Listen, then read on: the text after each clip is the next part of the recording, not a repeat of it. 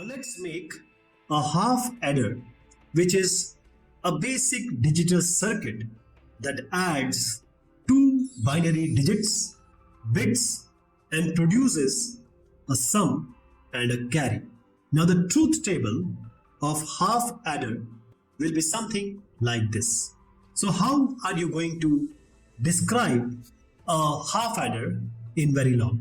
So this is how you are going to write a half adder code in Verilog. Now what is happening in this code? Module declaration. In module declaration you have module half adder. It defines the name of the circuit block.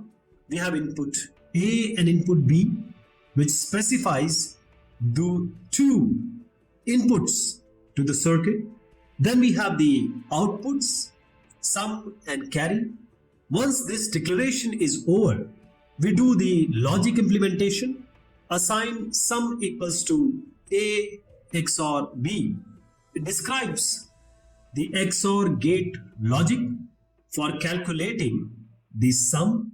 Assign carry equals A and B. It describes the AND gate logic for calculating the carry. And then comes the hardware representation.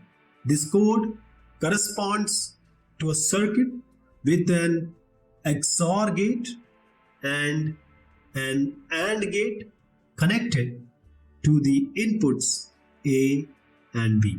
Once this is done, we simulate the half adder.